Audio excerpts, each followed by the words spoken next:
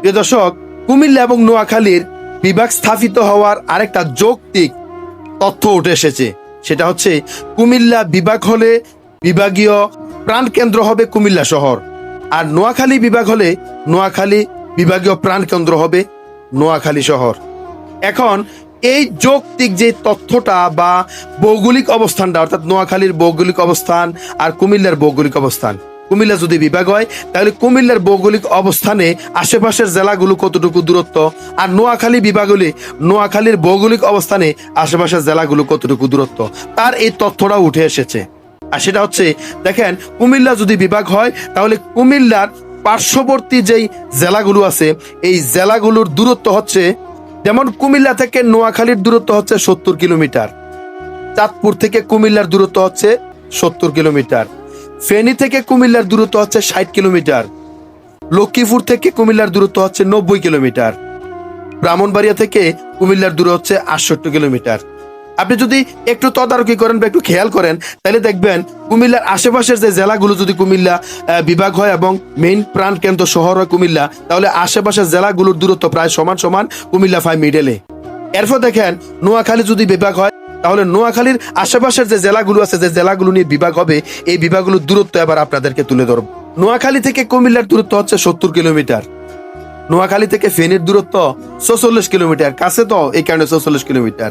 নোয়াখালী থেকে চাঁদপুরের দূরত্ব 86 কিলোমিটার, যে চাঁদপুরে তারা কাছে নিবে কয় 86 কিলোমিটার। নোয়াখালী থেকে ব্রাহ্মণবাড়িয়ার দূরত্ব কত জানেননি? 170 কিলোমিটার নোয়াখালী থেকে ব্রাহ্মণবাড়িয়ার দূরত্ব। নোয়াখালী থেকে লক্ষ্মীপুরের দূরত্ব 38 কিলোমিটার, তারার পাশেই, অর্থাৎ তারার পাশে নোয়াখালী, লক্ষ্মীপুর, ফেনী এই দুইটা পাশে থাকার কারণে একবারে কাছাকাছি। আর বাদ বাকি গুলো দেখেন কুমিল্লা ছাড়া, কুমিল্লা নোয়াখালী তো এটা আগে থেকে সমান, বাদ বাকি আপনার চাঁদপুর এবং ব্রাহ্মণবাড়িয়া, চাঁদপুর 86 কিলোমিটার, ব্রাহ্মণবাড়িয়া 170 কিলোমিটার। এখন নোয়াখালী যদি বিভাগ হয়, নোয়াখালী যদি প্রাণ কেন্দ্র হয়, তাহলে চাঁদপুর নোয়াখালীর সাথে যোগাযোগ কাজ কারবারে একটু সমস্যা হবে। তার চেয়ে বড় সমস্যাটা হবে ব্রাহ্মণবাড়িয়ার সাথে। ব্রাহ্মণবাড়িয়া 170 কিলোমিটার ব্যাত করিয়া নোয়াখালী প্রাণ কেন্দ্রে যাইয়া তাদের প্রশাসনিক কাজ কারবার গুলো করা লাগবে। আপনি বলেন এটা কোনোভাবে হয়? কোনোভাবে হয় না। তাহলে ভৌগোলিক অবস্থান থেকেও একেবারে যৌক্তিকতা ধরা পড়লো, যদি কুমিল্লা বিভাগ হয়, কুমিল্লা মিডল হয় এবং আশেপাশের জেলাগুলো একেবারে কাছাকাছি সমান সমান আওতায় ভৌগোলিক অবস্থান থেকে, আর নোয়াখালী হলে একেবারে অনেক ডিস্টেন্স, যেটা দেখা গেছে আপনার ব্রাহ্মণবাড়িয়া, চাঁদপুর এবং অন্যান্য জেলাগুলো তাদের আশেপাশেগুলো ছাড়া একেবারে বৈষম্য হয়, অনেক প্রশাসনিক কাজ কারবারেও যে ঝামেলা হয়ে যায়। তারা দেখা গেছে তাদের অধিকারগুলো, তাদের কাজ কারবারগুলো তারা সহজে করে নিতে পারবে না এবং এই এলাকার লোকগুলো বঞ্চিত হবে বিভিন্ন রকম বিভাগীয় সুযোগ সুবিধা থেকে।